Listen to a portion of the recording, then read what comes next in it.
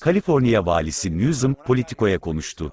Sacramento, Kaliforniya 14 Eylül 2023 Kaliforniya Valisi Gavin Newsom, Kaliforniya eyaletinin başkenti Sacramento'da yer alan haber kuruluşu Politico tarafından gerçekleştirilen bir söyleşiye katıldı.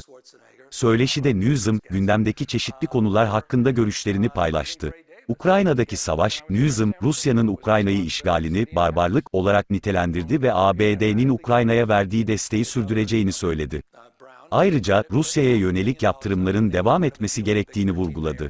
Küresel ekonomik kriz, Newsom, küresel ekonomik krizin Kaliforniya'yı da etkilediğini ancak eyaletin bu krizi atlatmaya hazır olduğunu söyledi. Ayrıca, Kaliforniya'nın ekonomisini daha dayanıklı hale getirmek için çeşitli politikalar uyguladığını belirtti. İklim değişikliği, Newsom, iklim değişikliğinin Kaliforniya'nın karşı karşıya olduğu en önemli zorluklardan biri olduğunu söyledi.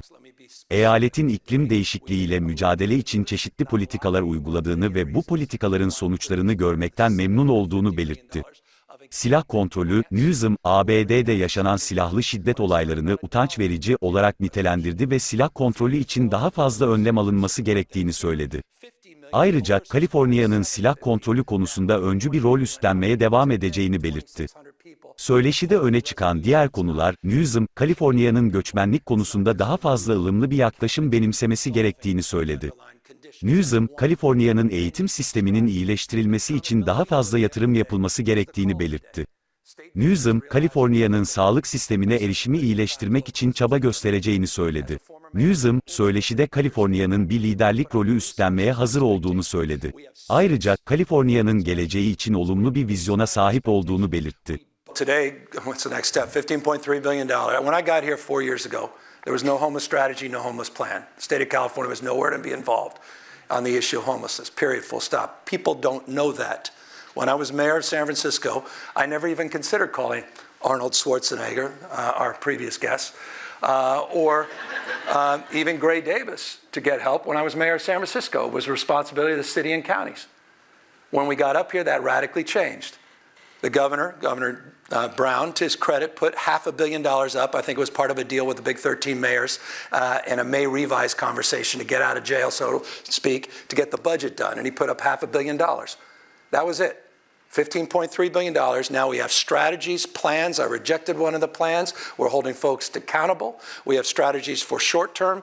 We have strategies medium and long term. We have strategies that include dealing with what's happening on the streets and sidewalks. Let me be specific. Today, we made a little bit of news, not a lot, 81 million reasons why I'm pleased. Part of the $750 million of encampment grants that we're bringing out to cities and counties. When I started, not a dollar for encampment resolution. A few years ago, with the legislature's support, they're here. 50 million, oversubscribed, 750 now. 81 million went out today. 2,600 people that are part of the resolution. It's not kicking out people. It's not just removing the encampments. It's resolving the underlying conditions. That's one of many strategies. Accountability, though, at the end of the day, is the call of the day. State visions realized at the local level. I've said it a million times, localism's determinative. As a former mayor, I intimately understand that. We put out the resources, expectation. We have 6 performance measures. So we have baseline expectations. We bonus performance. 18% of the $1 billion a year we set aside has a bonus component to actually meeting those performance measures. And we take very seriously the results. It's been a flywheel for me the last few years, organizing a framework, an engagement, and a construct, and now we want to see results. But one of the principal, Chris, I know time's limited, but one of the principal issues has been the courts. And most folks don't know this. This is not an excuse. This is not us throwing up our hands. I'll take a backseat to no one in taking responsibility and accountability. I was the one who walked right into this saying a governor needs to own this issue. So what do you do about these judges? The challenge is the judges are using a perverse interpretation of Boise and this Granite Pass decision, and Boise in particular.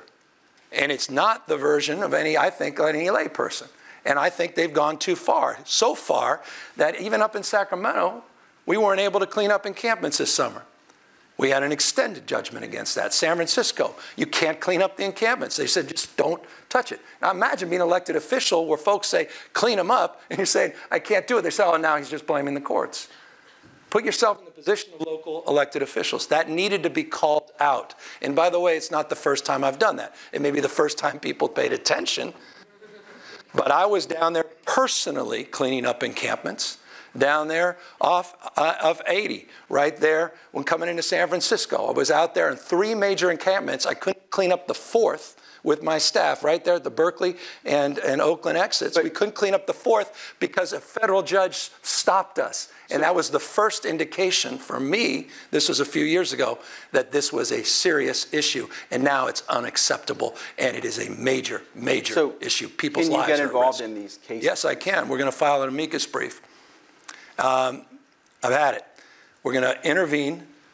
And I hope this goes to the Supreme Court. And that's a hell of a statement for a progressive Democrat out of California to say. But it's just gone too far. People's lives are at risk.